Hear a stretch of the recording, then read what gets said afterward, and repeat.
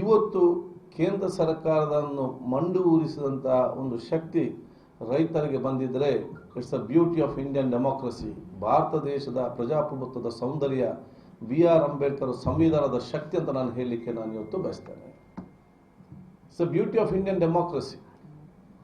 ಮತ್ತು ಭಾರತ ದೇಶದ ಪ್ರಜಾಪ್ರಭುತ್ವ ನಮ್ಮ ಬಿ.ಆರ್. ಅಂಬೇಡ್ಕರ್ ಸಂವಿಧಾನ ಬರೆದಿದ್ದಲ್ಲ ಅದರ ಶಕ್ತಿ ಅಂತ ಹೇಳಲಿಕ್ಕೆ ನಾನು ಇವತ್ತು ಬಯಸುವಂಥದ್ದು.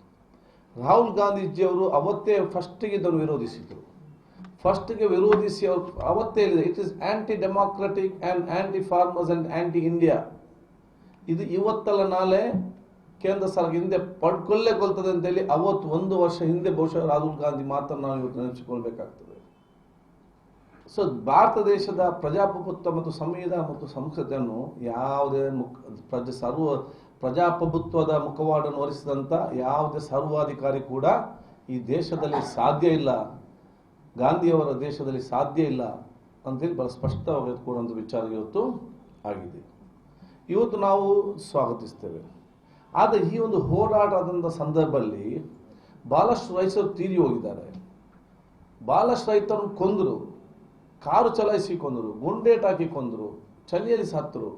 ಯಾರೆಲ್ಲ ಸತ್ತಿದ್ದಾರೆ ಪ್ರತಿಯೊಬ್ಬರಿಗೂ ಕೂಡ ಕೇಂದ್ರ ಸರ್ಕಾರ 10 ಲಕ್ಷ ರೂಪಾಯಿ ಪರಿಹಾರ, 10 ಲಕ್ಷ ಅಂತಲ್ಲ ಪರಿಹಾರವನ್ನು ಇವತ್ತು ಘೋಷಣೆ ಮಾಡಲೇಬೇಕು.